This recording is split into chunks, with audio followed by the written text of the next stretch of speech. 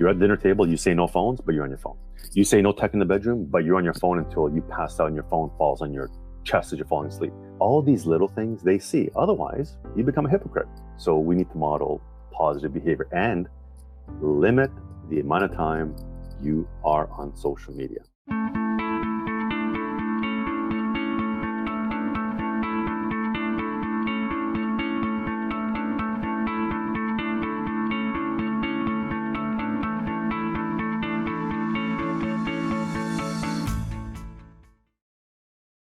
Well, hello, everybody, and welcome to the Dad Central Show. My name is Drew Solon. I am your co-host, but today I am solo without my co-host, Ed Go Jr. The Dad Central Show obviously is focused on engaging and supporting dads to be the best they can be and helping them in every aspect. And today we are going to be talking about technology and kids. And so but before we get to that, I just want to remind you that the Dad Central Show is sponsored by Dove Men Plus Care. Dove Men Plus Care believes that care is the best of a man because when men care for themselves and others, there is a positive impact.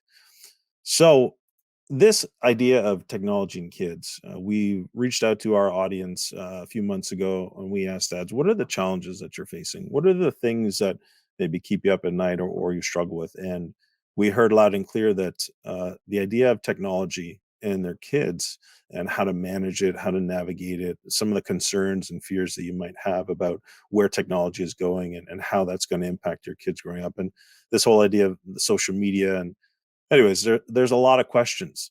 And so today, I think we're going to have a great conversation because we have Paul Davis. Paul Davis is a social media and online safety educator.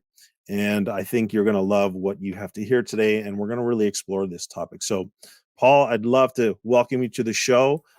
Thanks for being here. Your information is very timely, very relevant, and very much needed. So just thanks so much for what you're doing and for coming onto the show and being willing to talk about it. My pleasure. Thanks for having me back. Yeah. Well, we typically start the show with a little bit of backstory on our guests, just so people can get to know a little bit more about you. So why don't you, maybe the backstory for you, why don't you give us a little bit of insight into how you got to this point and how social media and online safety is something that you talk about on a regular basis today? I've dedicated my whole career to information technology and cyber. And this is right now, 32 years in it. 12 years ago, now I'm going to correct myself, about 13 years ago now, the principal of my daughter's school approached me with a simple question. He said, Paul, you're a tech guy. Why are kids getting in trouble with all this technology that was meant to make life better? I said, because parents gave their kids too much technology at a young age, and parents are completely oblivious as to what their kids are doing with it online.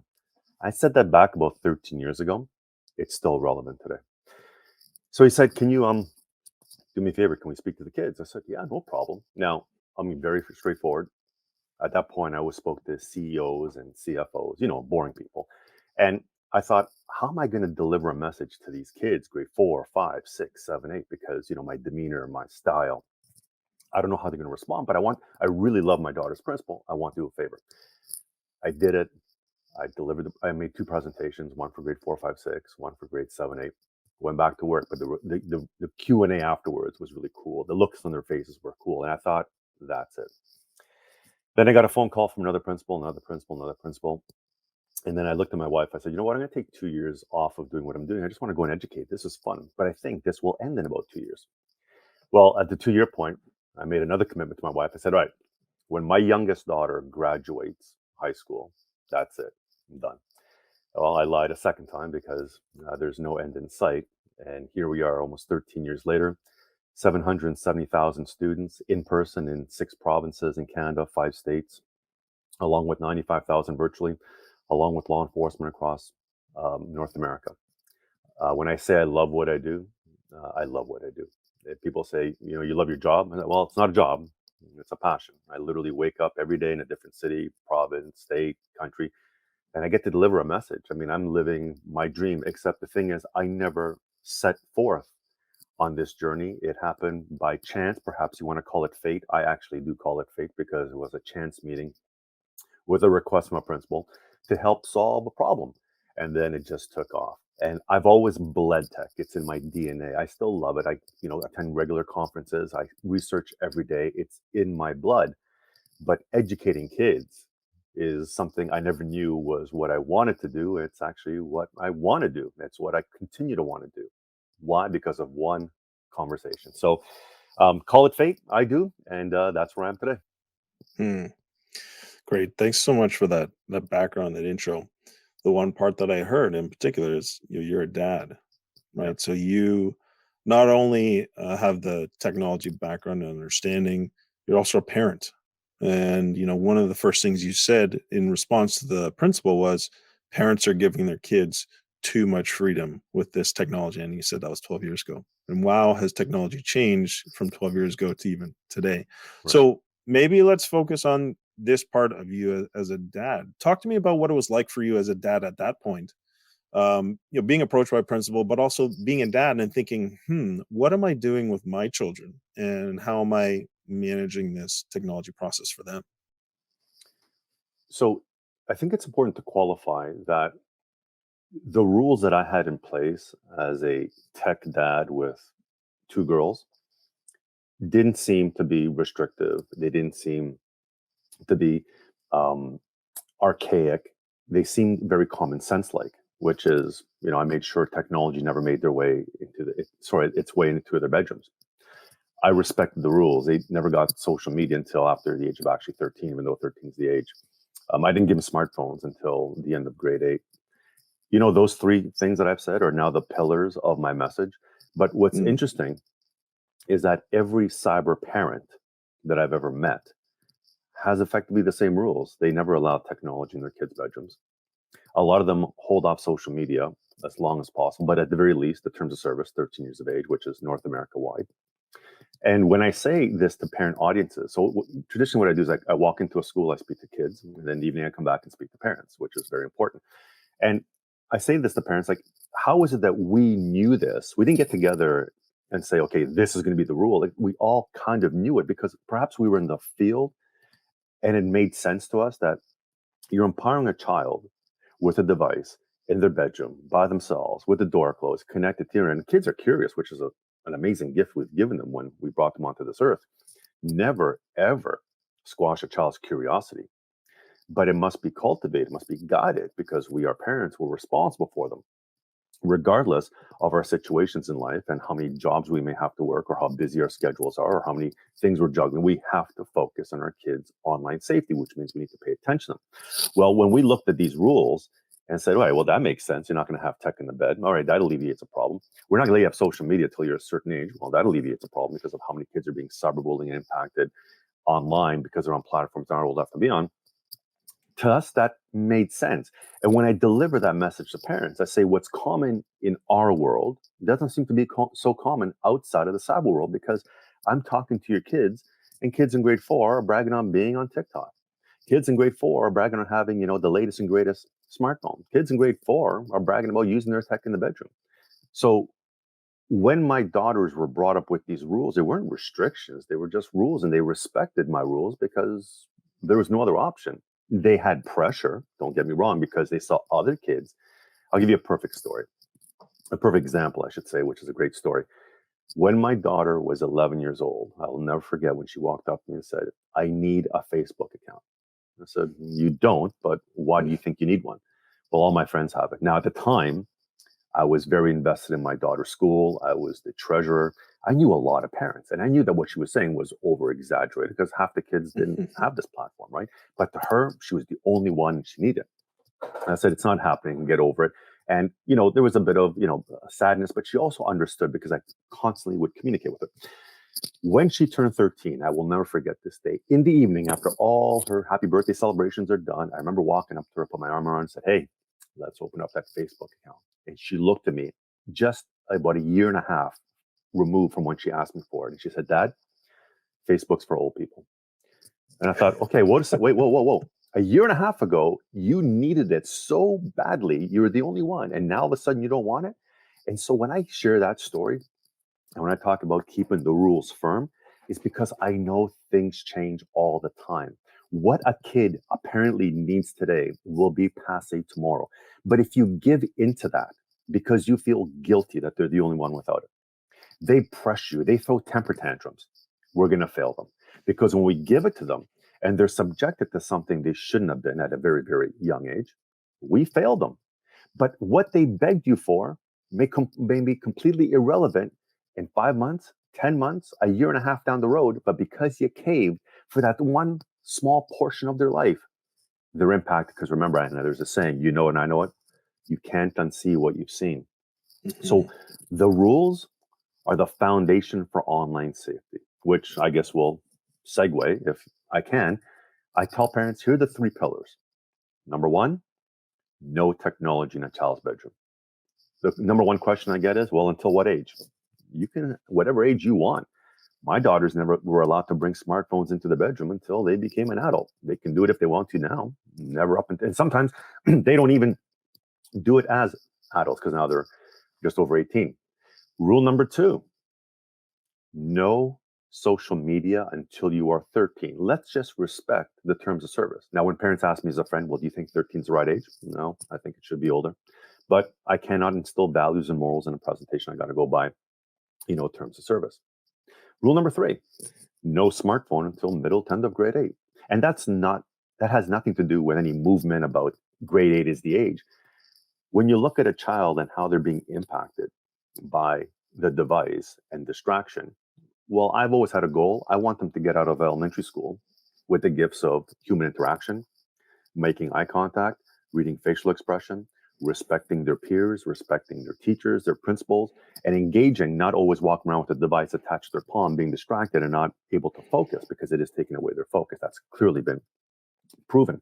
So when you follow these three pillars, and this does work, you'll notice that kids in that age group under the age of 13 are more focused in school. They're statistically less likely to be cyberbullied.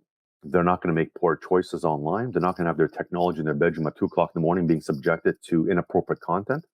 We're doing a lot of value to our kids by implementing some simple rules, but it takes effort.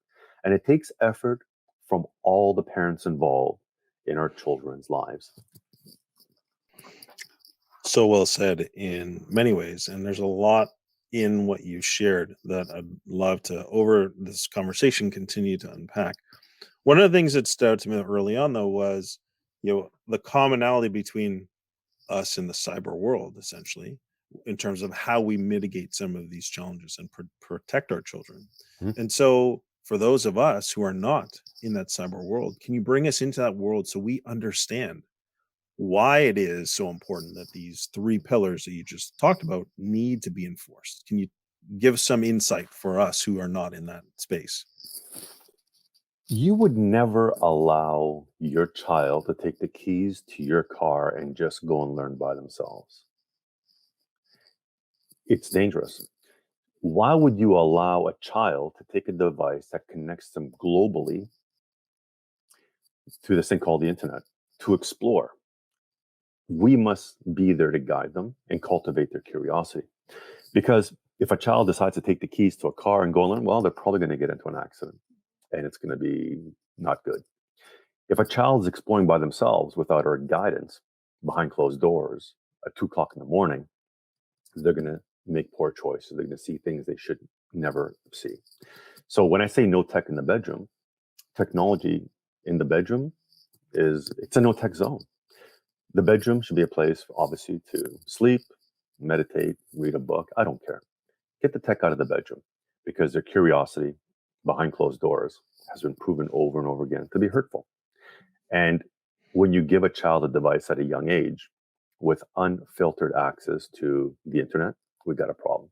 Smartphones is just, it's something, and listen, some cyber parents I've met gave a kid a smartphone in grade 6. Some gave it to them in grade 10.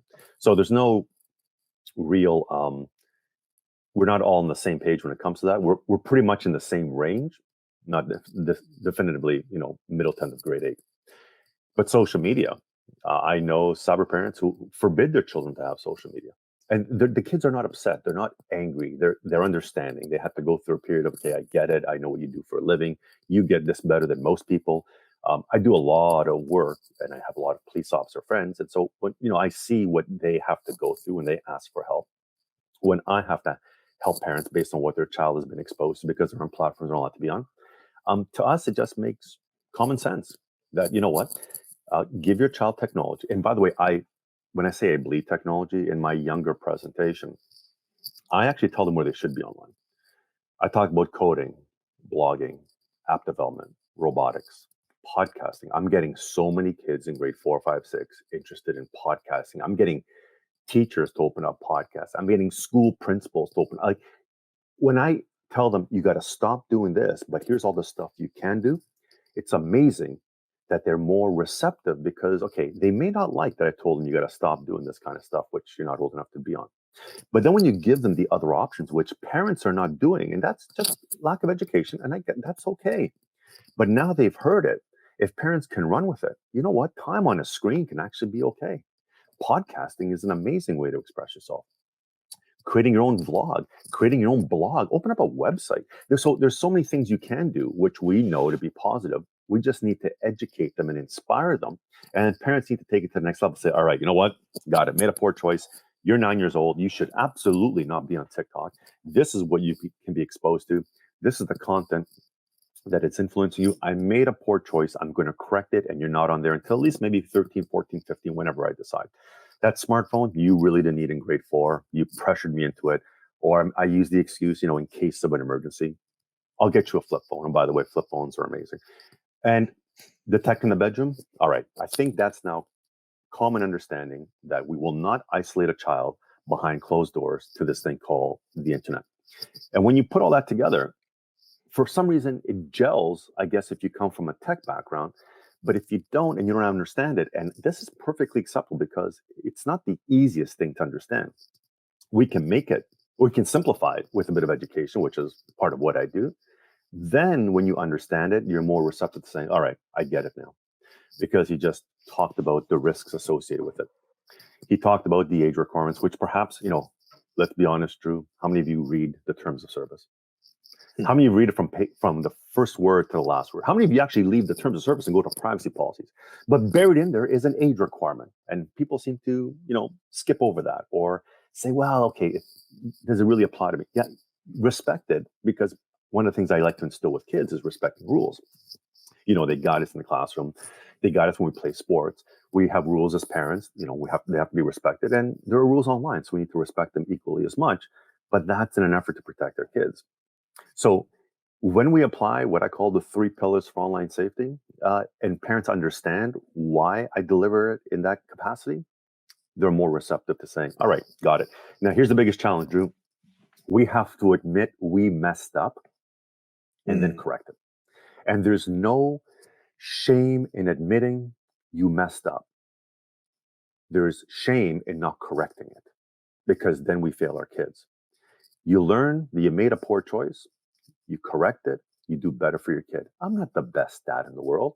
I rock as a cyber dad, but I've made poor choices in other capacities. But I learned from those experts to say, hey, here's how you can deal with things. And you know what? I adjust. And I've always been one to admit, say, you know what? Messed up on that. I'm correcting it right now. I'll even admit it to my wife. I'll admit it to my kids, but I will correct it.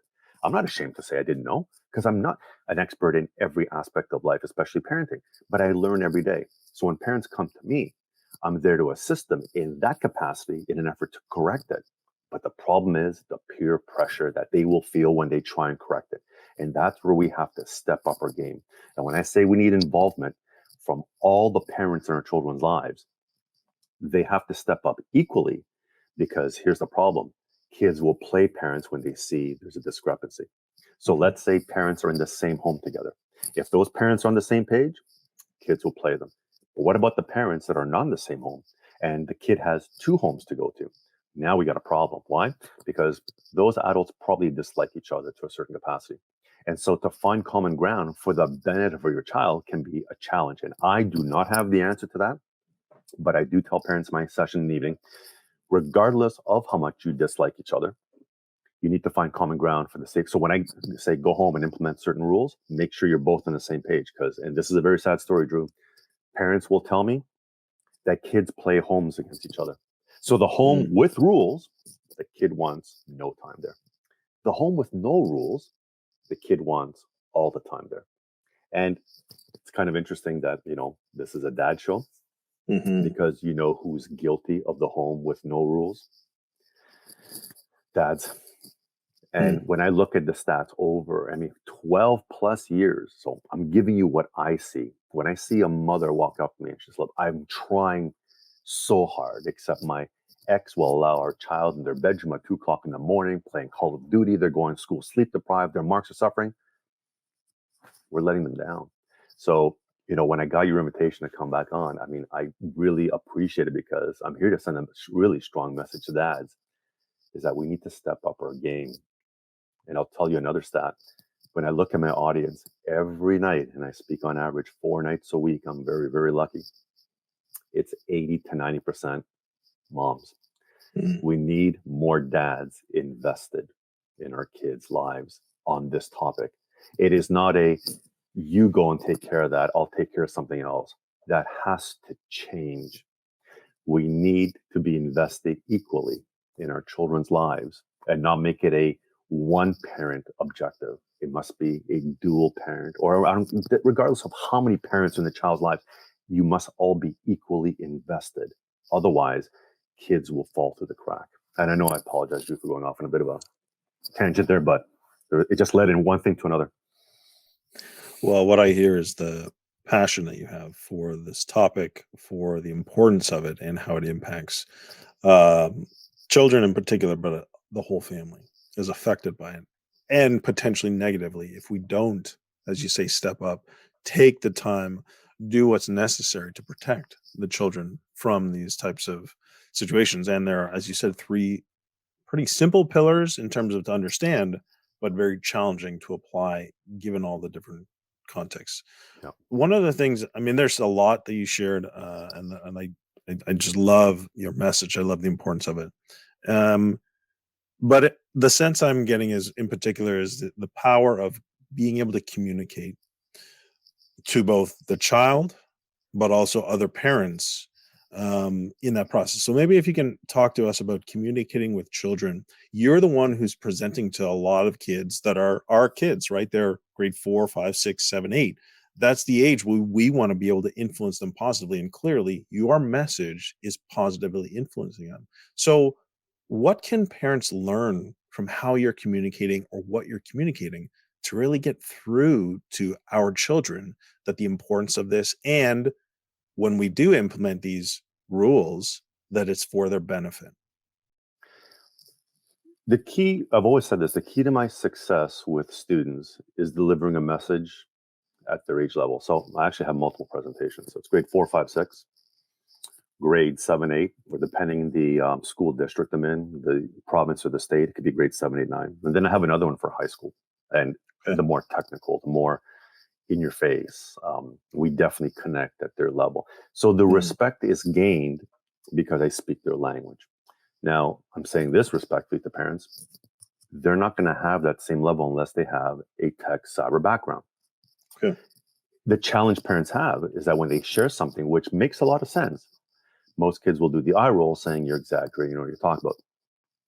Mm. When I leave a school, I get parents walking up to me saying, my kid came home and said, yeah, you are right. Okay.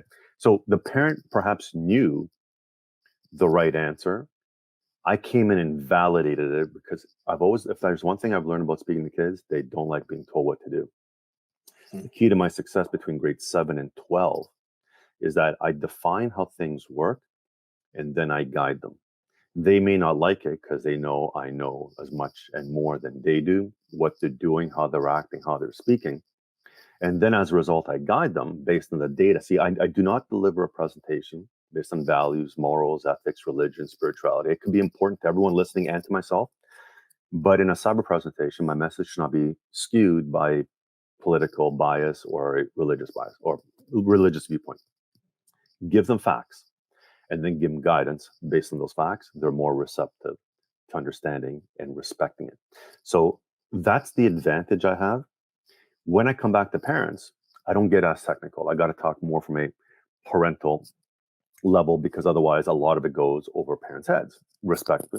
We're not all in the field. And remember, a lot of kids can outsmart their parents. So Mm. if I'm able to speak to those kids and connect with them and give them that aha moment.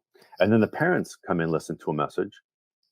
When they go home and have conversation, there's more connection because the kids heard their message, the parents heard their message. And not every kid wants their parent to see me. I have parents come see me and say, I'm here because my kid said not to go. Perfect. I love the reverse marketing feature. Why? Because they know that that kid is probably concerned about something that they're going to learn that might impact. And I don't want to take anybody's fun away. My objective is to protect kids and, empower parents. But when you look at a whole day and you look at how kids learn and how parents learn, I make for the conversations to be much easier.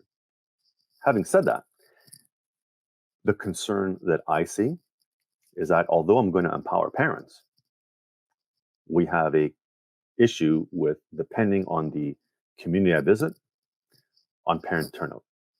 So this is horrible to say, but depending on a part of a city, forget a city, a part of a city, one night could be a stellar audience. The next night could be 15 people showing up.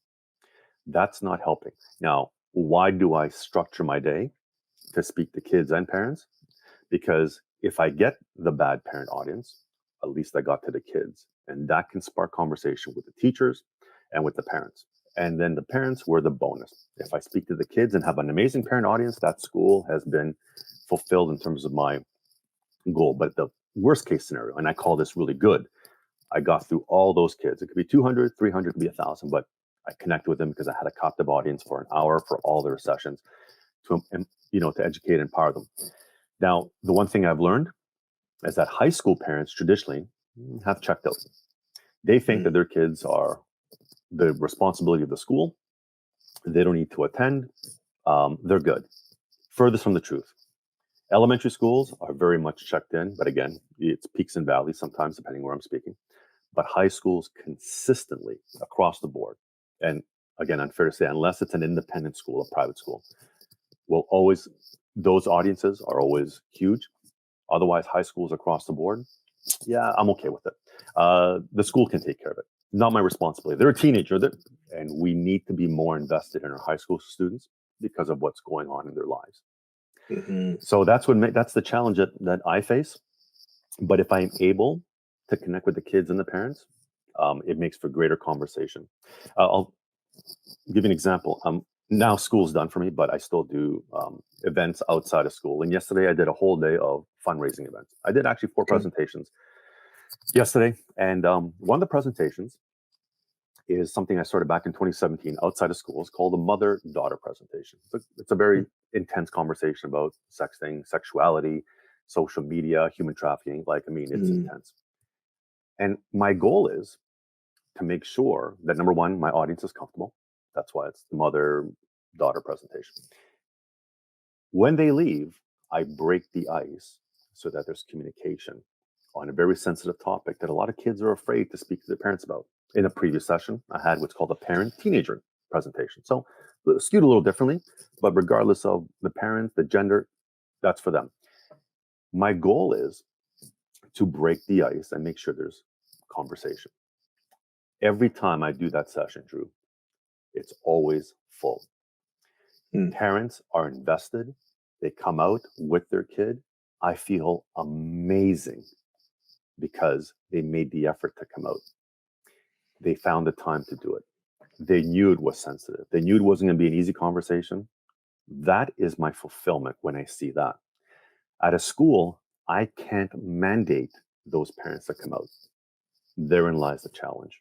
We want them to. We want to give them every reason to. And I never sell fear. You should never sell fear. I could sell out a parent evening by making it all fearful. I don't do that. Other people may do it for whatever respective industry they're in because that's what draws an audience. That should not be the reason you get off the couch and come and see me.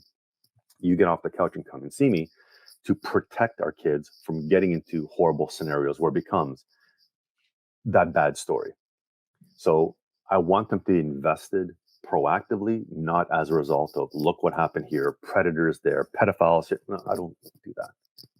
You know it's out there. You know it's real. Make the effort to come out. It's so important. Thank you, Paul. So, in particular, the last part of that message, it sounds there's like a real collective responsibility. that we all have.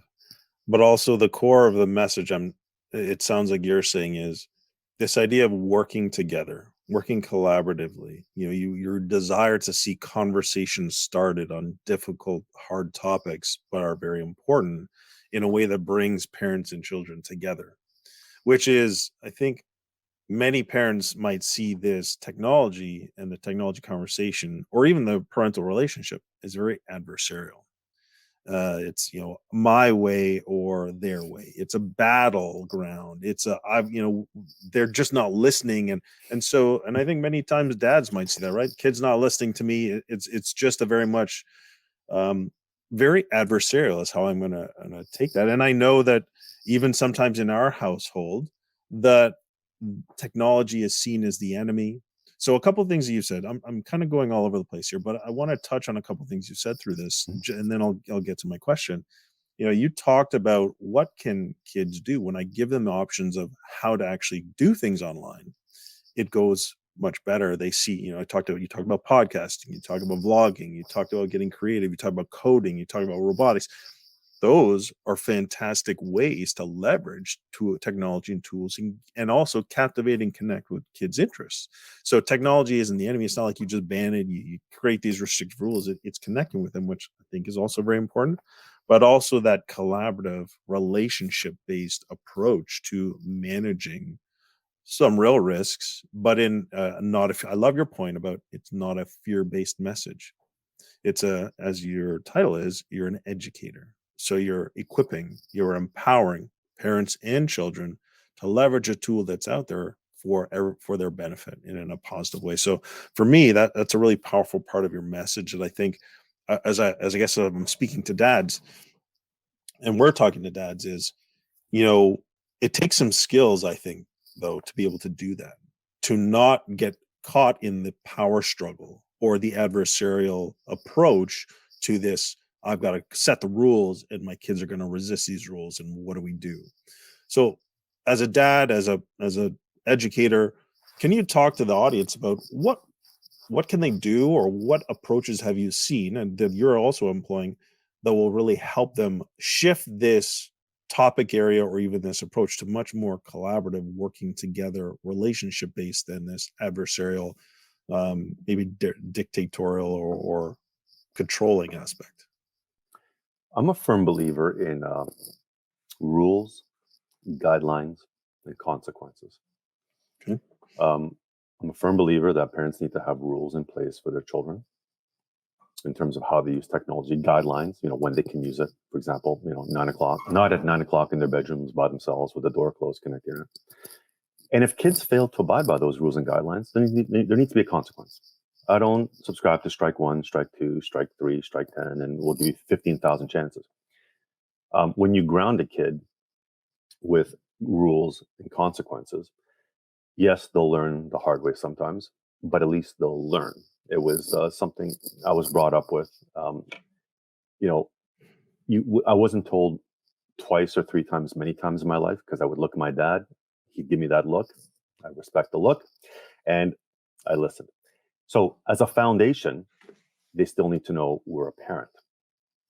To answer your question, I believe we can now take that, combine it with, look, I may not understand everything you're doing online, but I'm here to understand it. I'm here to work with you to help me be more um, compassionate about the things you're going through that perhaps I wasn't exposed to when I was growing up. Let them know that you're invested in their lives. Don't discount what is happening. Don't say that's Generation Alpha stuff. That's Gen Z stuff. And when I was growing up, no, remove yourself when you were growing up and talk about what's going on. And you may not have to talk about it technically. You may have to talk about it. You remember that saying from a 35,000 foot level and say, help me understand because I'm still your parent. I have years of human experience, which I'm trying to help you with, but I'm trying to help you in the capacity that you're dealing with now, which is technology. And so we have to have rules to protect our kids.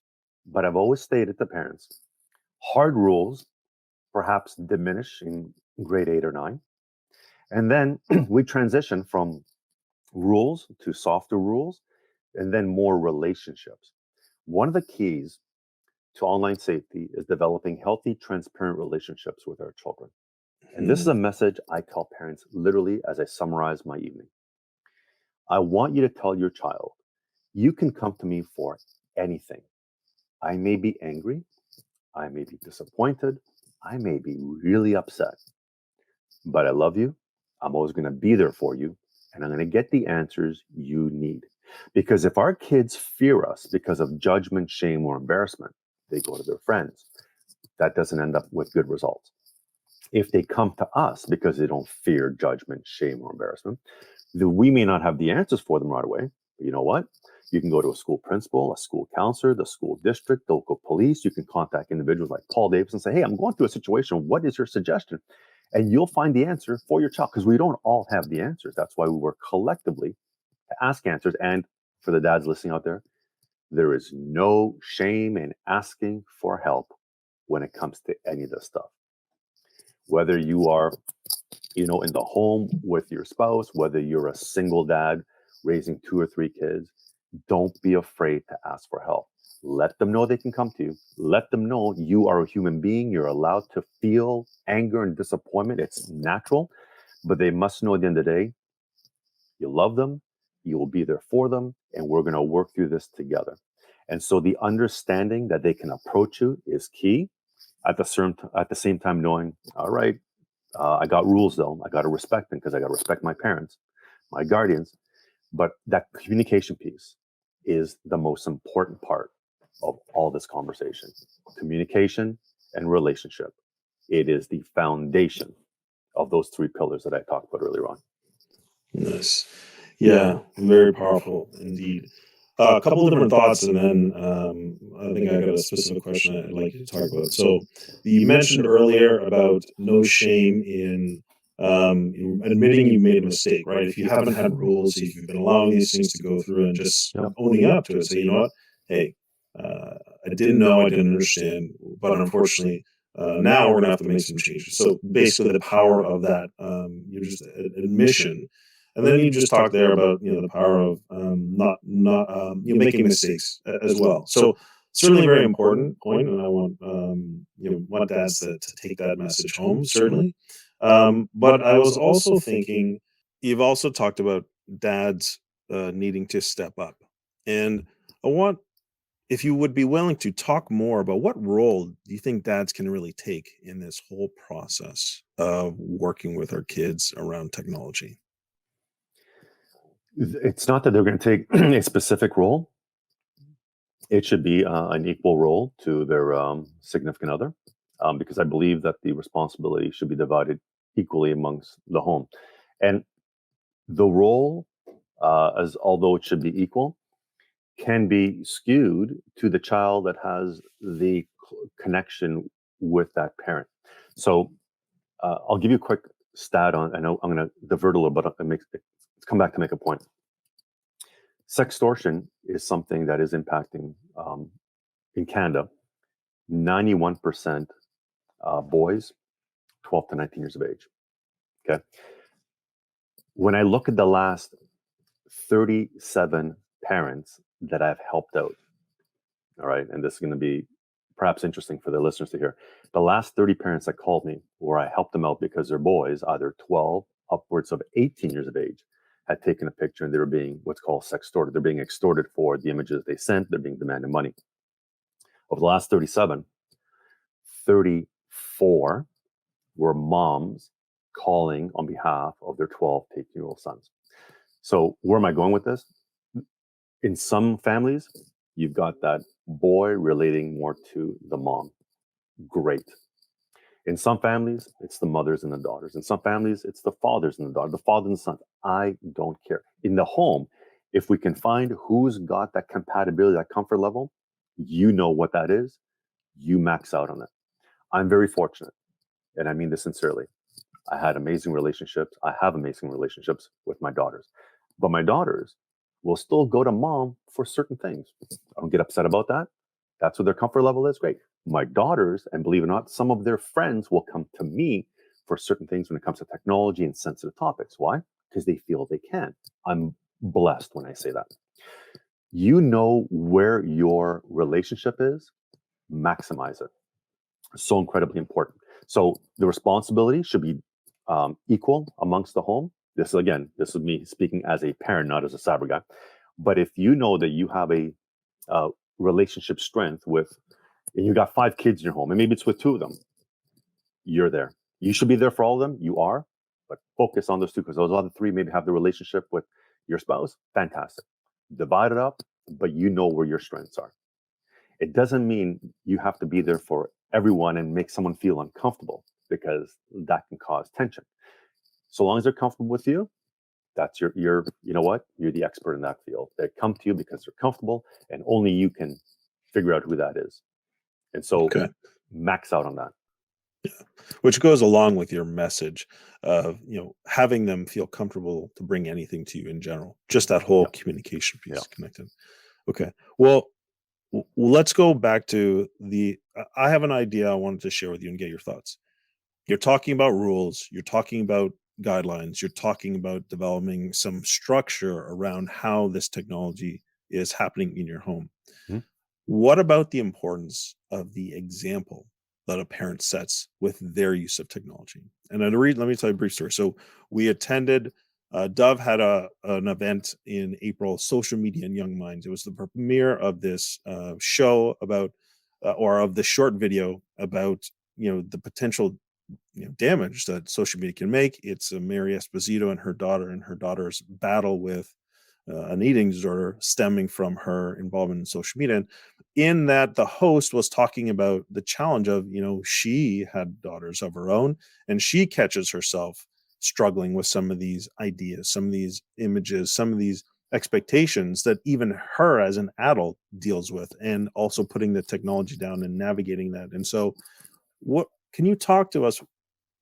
How important is it that we monitor our own selves and then set a healthy example for our kids in this process of having integrity, I'd say, in being able to then establish healthy rules, guidelines, and boundaries in the home? Yeah, model positive behavior. My golden rule is, I walk around with 4 to 5 smartphones. These mean nothing to me in front of my daughters, my wife. Breakfast, lunch, and dinner, if we're fortunate to be sitting at a table, there are no devices. Nothing is more important. Drew, you're important to me because you wanted me to come on your podcast, but if I'm having dinner with my daughters, your email will wait until I'm done. Okay. My friends are very important to me. Send a text message. I'll get to that text message when I'm done. When I'm at a dinner, people have seen me. People have walked up to me in restaurants like, "You really don't have?" No, you know what I represent. I don't have phones at a restaurant. I don't have phones in my home. We respect each other. So I lead by positive messaging by example. So parents, the best thing you can do is model positive behavior, put your phones away, breakfast, lunch, and dinner. And besides you're modeling that, you know what else you're doing? You're able to connect with your kids because kids at the dinner table can give away a lot. Have they lost their appetite? Are they shrugging their shoulders? Are they not as conversational? Those are signs of bullying. Perhaps something's going on in their lives. But if you're too focused on eating and having a phone and then glancing at Instagram and looking whatever other people are, you're missing the clear signs in front of you of what might be happening in your child's life. So we are setting a positive example by making sure we don't have tech and showing respect for one another. But the little hidden element is that you're actually understanding what's going on. That should be the time where we're catching up with our kids. What about beds? All right, I know a lot of parents, and there was a study that I read a year and a half ago, which stated that 56% of people look at their phone as the last thing they do before they close their eyes. I'm thinking, is this where we're at right now? So we don't want our kids having tech in the bedroom. So parents, 30 minutes before you go to bed, turn that phone off, put it away. That's from a sleep expert, by the way, that I spoke to on one of my on Facebook Lives, just to get a good night's sleep. But if you do that, you're also showing, hey, you don't have tech in the bedroom. I'm not bringing my phone to my bedroom. I'm going to get a good night's sleep. All these little things they see. Otherwise, you become a hypocrite. You're at dinner table, you say no phones, but you're on your phone. You say no tech in the bedroom, but you're on your phone until you pass out and your phone falls on your chest as you're falling asleep. They're seeing all this.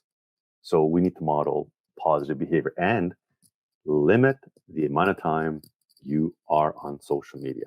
Because if you're telling them take breaks, limit your time, but you're on Instagram and TikTok 24/7, again, we've got a bit of a conflict.